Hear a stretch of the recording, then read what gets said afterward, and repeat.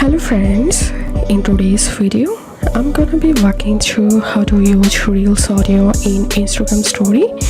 So first of all, open the reel and tap on the music here, and all you have to do is just tap on save audio and the reel audio will be saved. And now tap on this plus icon here and select story, and I'm gonna tapping on create and tapping on sticker and tapping on music, and here you will find saved music option. So tap on saved music and select the saved music you saved from Instagram reel, and that's how you can use Reels audio in Instagram story.